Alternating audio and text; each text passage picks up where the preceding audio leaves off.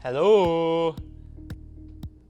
Hi, welcome to this week's IlluminUte Devotional. My name is Colin, and here are your illuminating minutes of illumination. So it is July. Happy July. Congratulations for making it to July.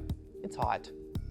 And you know, one of the best things I like to do when it's hot is to eat ice cream. You know, that reminds me of a time when I was at the beach, and, you know, me and my wife's cousin, Max, decided to partake in an ice cream eating challenge at Ocean City, Maryland. We took on the Gorilla Split Challenge, which is like 8 scoops of ice cream, 8 toppings, 2 bananas, whipped cream, like a whole can of whipped cream, and a couple cherries. It was fantastic. It was a great experience. You know what? I completed the challenge. I'll just say that. I earned a t-shirt, and I should have worn my t-shirt for this video. That was dumb of me to not do that. Ice cream is delicious. I love ice cream. Like, usually I can't get enough of ice cream. Like, it's one of those things that I could eat anytime.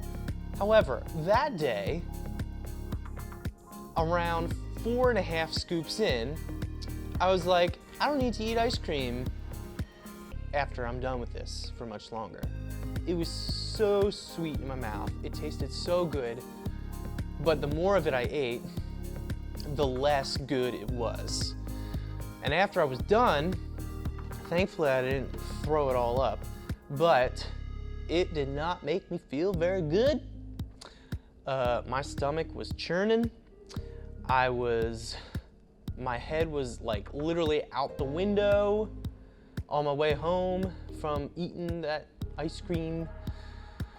And I thought I was going to hurl it all up.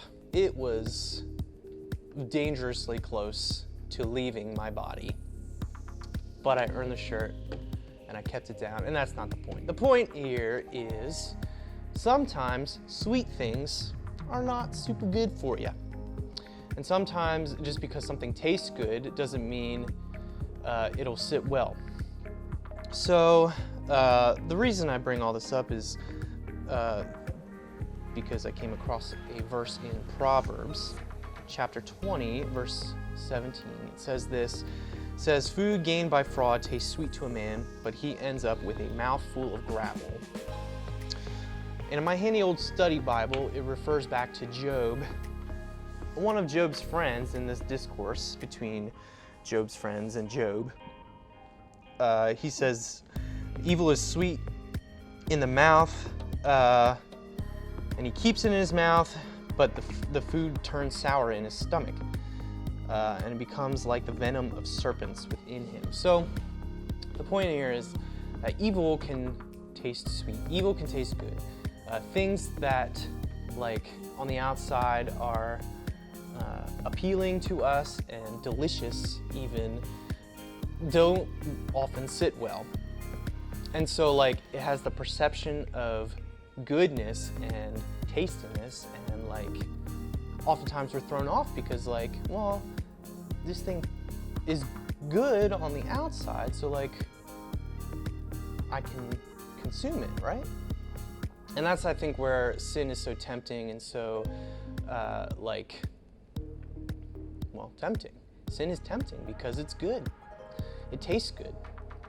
But you'll find that if you eat some sin, it won't sit well in your stomach, and it'll turn sour, and you'll likely want to vomit it up. So that's a lot of interesting food metaphors, just to offer this morning that, you know, don't be tempted by things that look good or taste good or seem good on the outside, because oftentimes those things can turn sour and can be harmful to our souls and our spirits and our stomachs. So beware of what you consume. And that's not to say that good things, good things for our soul don't always taste good. Like, sometimes there are good things for our spirits that are good on the outside as well. But the point here is that sin often disguises itself as something delicious.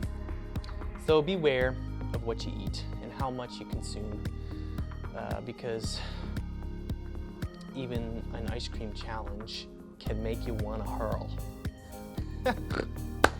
So that's my little spiel for this week. So go eat some ice cream, but don't eat 8 scoops of it in one sitting, because you might want to throw it all up. Anyway, that's your little devotional for this week. Join us next week for more discussion on food in the Bible.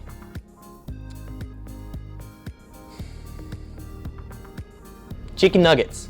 Bye.